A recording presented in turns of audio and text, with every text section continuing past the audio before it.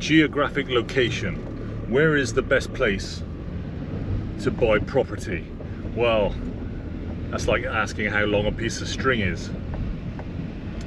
In my view, this is just my view, the first thing you need to do is consider your end user.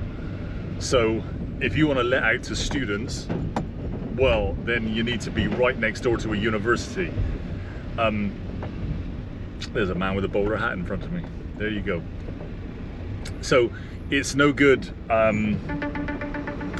letting out to or buying a house in the Outer Hebrides and saying, I've bought this fantastic house, no one wants to rent it.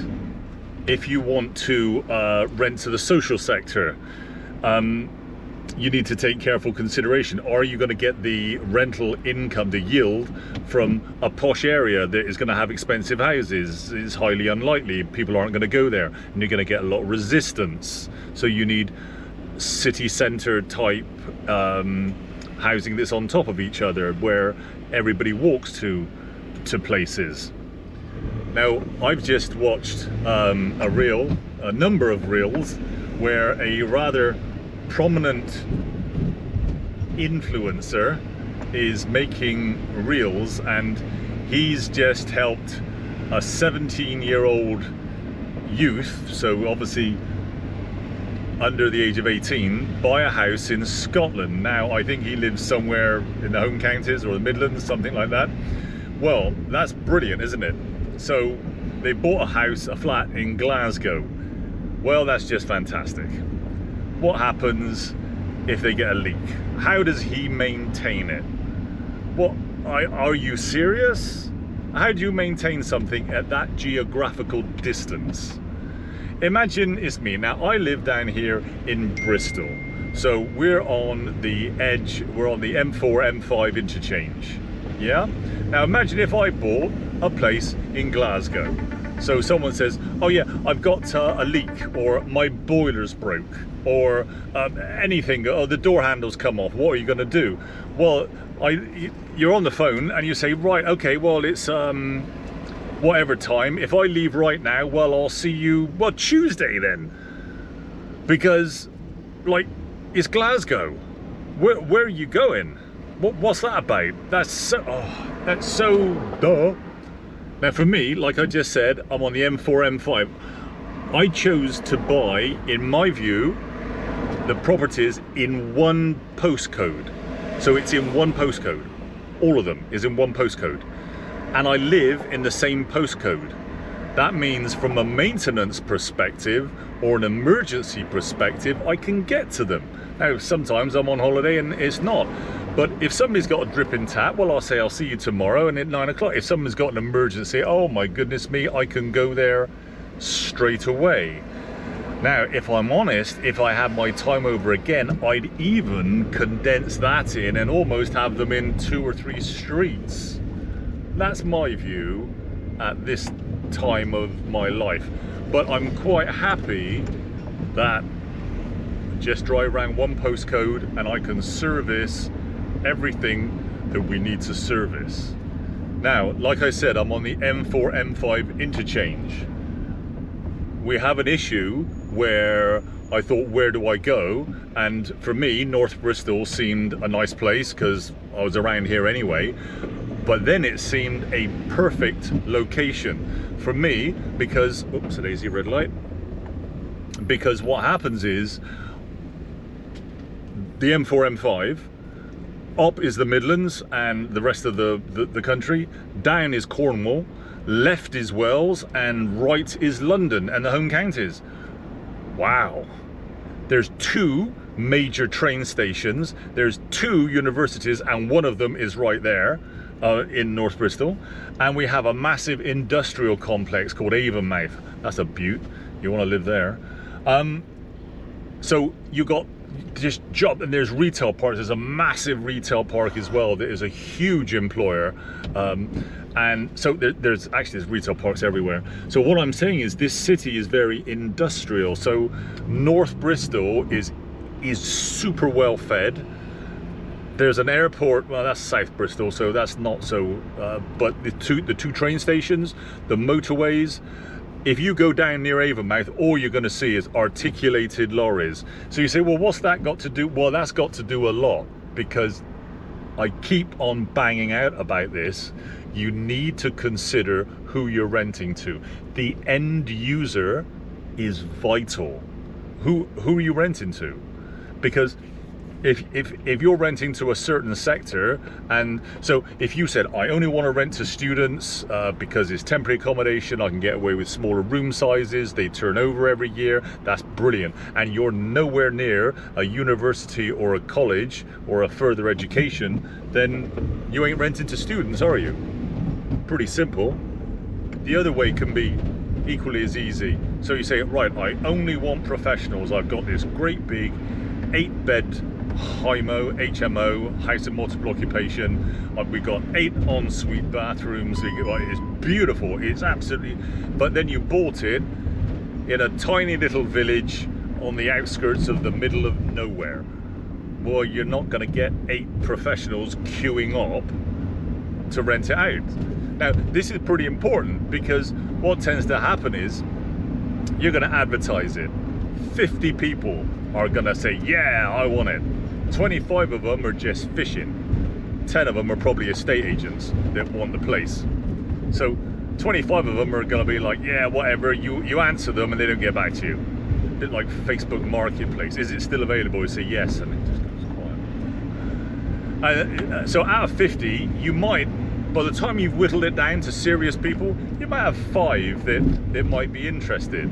Now then, if you're in the middle of nowhere with this beautiful, newly redecorated, refurbished house of multiple occupation ready for your company executives to move into, and you are literally in a village in the middle of nowhere, you're not going to have 50 people to whittle it down to 5. You're going to have 5, and that's going to whittle down to none or 1. And then you've got to advertise it again. Well, you got 8. Oh. So you need to consider who your end user is. Of course, location is obviously, geographical location is going to decide as well how much the value of what you're going to invest in is going to be. So if you're in some top-notch area and a flat is £1 million in this city, there are some flats that are £1 million, quite easy actually, in this city. You ain't ever going to get the returns on that, no matter how well you rent it out. No, it's just not going to happen, because you're not in central London, you're not in Westminster overlooking the Houses of Parliament, and that you can ask the rent you need to ask. So geographic location will also be defined by basically how much you can borrow and how much money you got, and what the return on investment is, the yield that you're going to look at. So yeah, it's no good choosing a beautiful area with really sky-high prices that you can't rent out to get the yield you need. And the same in reverse. You say, I find this really run down area, the houses, they're throwing them at us. Yeah, there's a reason they're throwing them at you. The reason they're throwing them at you is because they can't sell them and they can't rent them out. And so if you're going to say, and they do exist, not in this city, but you know, you go into certain councils of them, you know, they'll give them to you for £1. I think I've seen that before. I don't think there's any at the moment, but there are quite a number where they'll basically throw them at you as long as you refurbish them and let them out. Well, think of your end user again, and think of how much money you're going to have to input into that, and are you going to rent it out? Is the geographic location correct for you? And for you again, that goes back to the let's buy a place in Glasgow and live down the bottom of let's live down the bottom of the country, we'll buy a place at the top. Oh really? So yeah, even to the extent of I'll buy a place this side of the city and it'll be the other side. I know somebody that did that.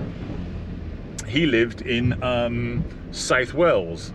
Now South Wales for us is a really easy road trip, because it's just across the bridge. From North Bristol, it'll take 15-20 minutes.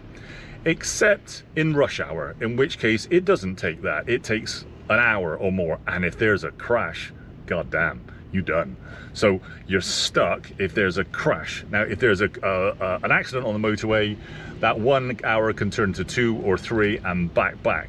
So this guy, he was in South Wales, really easy commute. because he got a great big house. He rented a great big house, and then he bought. So he lived in what he rented and bought. And he bought in South Bristol, the far side. I remember talking to him, and he said on a good day, and we're geographically quite close, yeah, on a map. So if you look on a map, you say, oh, that's quite close. It took him 2 hours there and 2 hours back, because he got to wind through the city. And that's really important. Geographical location is like, wow. Schools, you'd be gobsmacked how important schools are. I've got some tenants that have stayed in their flats for years and years because the school is where their kids go and they don't want to move. And this school had a primary school and a secondary school, and but they just didn't move, and they're still there now. Well, that's great, because not only they want that area, they want that location. So not only do they pay the rent every I was going to say every week, every month, on time every time, but they keep the place. They want to stay there. It's literally within, actually I think it's within the site of the school. So you'd be amazed how, and also you need to consider as well, not just your initial investment into it, but what are you going to do when you want to exit that, yeah? So if you could have the beautiful house, it could all be done up in 30 years down the line, you say, I've had enough, I'm getting out, I'm going to sell it. Well, that's brilliant, okay. If it's right next door to a school, or right next door to something, you say, wow, okay. Or right next door to a university. So someone says, oh, well, this is not too bad. It doesn't work normally, unless it's what people want, where if you said, I'm in a village, middle of nowhere, it's really, really quiet. Now, that might be what some people want, in which case, well, that's brilliant. But there's much more people that want a school than don't want a school. You know, it's much easier to sell. Someone says, yeah, we're in the catchment area of the so-and-so school, and you can see the school. Oh, that's like so dead easy. So, end user, vital. Who are you renting out to? Cost of it, obviously, duh. Because you can't afford the best area in the best location with the best house, because that ain't gonna happen unless you got that much money. Physical location of where you are compared to where the house is. Now, unless, of course, that doesn't matter, because you're just not going to manage it. You're going to hand out on that management to somebody else. Now, that's an issue, because if you're trying to build a portfolio, that's going to be pretty difficult. The returns might not be there for it to be rented out. So, yeah, geographic location, kind of something to think about, yeah? Something to give it a little bit of thought.